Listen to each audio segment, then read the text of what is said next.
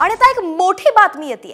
मुख्यमंत्री शिंदेंचा बालेकिल्ले असलेल्या ठाणे लोकसभेतच महायुतीत अंतर्गत धुसफूस असल्याचं चित्र आहे।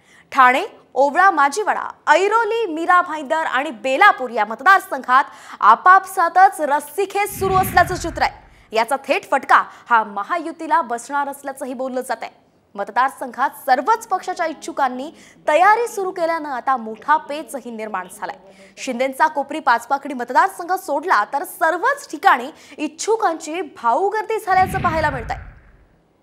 मग या मतदारसंघांची नेमकी परिस्थिती काय पाहूयात ग्राफिक्सच्या माध्यमातून।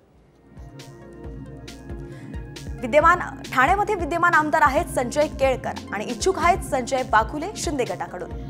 मीरा भाईंदरमध्ये अपक्ष आमदार गीता जैन सध्या आहेत आणि इच्छुक आहेत भाजपचे नरेंद्र मेहता।